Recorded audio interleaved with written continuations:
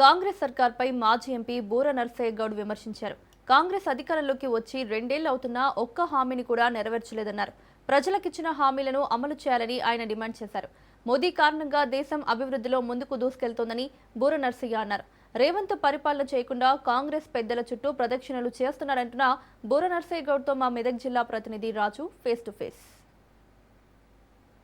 దాటినా ఇప్పటికీ పేదలకు సంక్షేమ పథకాలు అందడం లేదని చెప్పి భారతీయ జనతా పార్టీ ఆధ్వర్యంలో ఈరోజు సిద్దిపేట కలెక్టర్ కార్యాలయం ముందు ధర్నా చేపట్టారు. ముఖ్యంగా 6 గ్యారంటీలతో పాటు 420 గ్యారంటీలు కూడా పూర్తి స్థాయిలో అమలు చేయాలి, లేదంటే ప్రభుత్వంపై ఖచ్చితంగా ప్రతిరోజు ఉద్యమం చేస్తామని చెప్పి అదే కోణంలో ఈరోజు సిద్దిపేట కలెక్టర్ కార్యాలయం ముందు ధర్నా చేపట్టారు. మరిన్ని విషయాలు వారిని అడిగి తెలుసుకునే ప్రయత్నం చేద్దాం. చెప్పండి, అంటే ఏ విధంగా పాలన జరుగుతుంది, ప్రభుత్వంపై మీ పోరాటం ఏ విధంగా ఉండబోతుంది, సంక్షేమ పథకాలు క్షేత్రస్థాయిలో అందుతున్నాయా, అందుతలేవా, రాబోయే రోజుల్లో మీ ఉద్యమ కార్యాచరణ ఏ విధంగా ఉండబోతుంది? నిజంగా చెప్పాలంటే చాలా దురదృష్టం. తెలంగాణ ప్రజలు వీరు ఇచ్చినటువంటి 6 గ్యారంటీలు 420 హామీలను అమలు చేస్తారనే ఆకాంక్షతోని, గత ప్రభుత్వం మీద ఉన్నటువంటి వ్యతిరేకతతోని కాంగ్రెస్ ప్రభుత్వాన్ని, రేవంత్ రెడ్డి గారిని కళ్ళబొల్లి మాటలు నమ్మి ఓట్లు వేయటం జరిగింది. కనీసం ఈరోజు పరిస్థితి ఏంటంటే రేవంత్ రెడ్డి గారు ప్రభుత్వం డిమాలిషన్ మ్యాన్గా అయిపోయింది.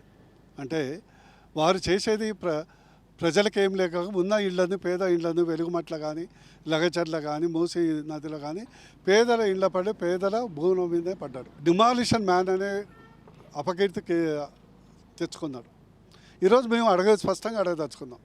కుంభకర్ణుడైన 6 నెలలకు లేస్తాడు. ఇప్పుడు 2 సంవత్సరాల 2 నెలలు అయిపోయింది. ఇప్పటి వరకు మీరు ఇచ్చినటువంటి హామీలు డిసెంబర్ వస్తే, డిసెంబర్ ముందలైతే 2000, డిసెంబర్ తర్వాత 4000, డిసెంబర్ ముందరైతే 10,000 రైతు బంధు, డిసెంబర్ తర్వాత అయితే 15,000, రైతు కూలీలకు 12,000, కౌలు రైతులకు 15,000, ప్రతి ఒక్క క్వింటల్కు 500, గ్యాస్ సిలిండర్ మీద 500 బోనస్, స్కూటీలు, తులం బంగారం.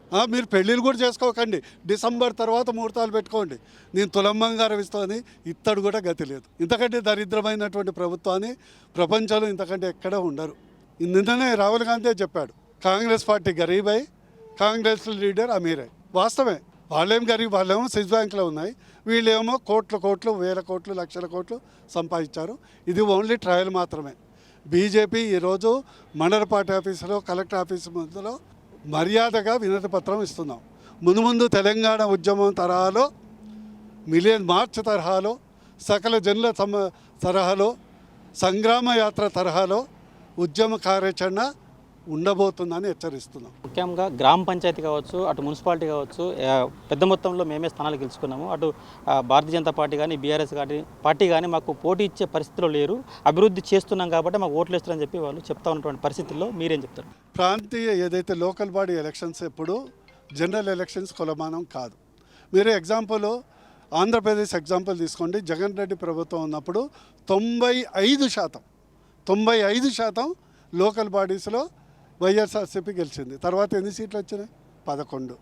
అదేవిధంగా ఇక్కడ టీఆర్ఎస్ ఉన్నప్పుడు దాదాపు 85%, 32కు 32 జడ్పీ చైర్మన్లు ఎవరుండే, దాదాపు 98% మున్సిపల్ చైర్మన్లు ఎవరుండే, 100% కార్పొరేషన్ చైర్మన్లు ఎవరుండే, అందరూ బీఆర్ఎస్ఏ ఉండే కదా.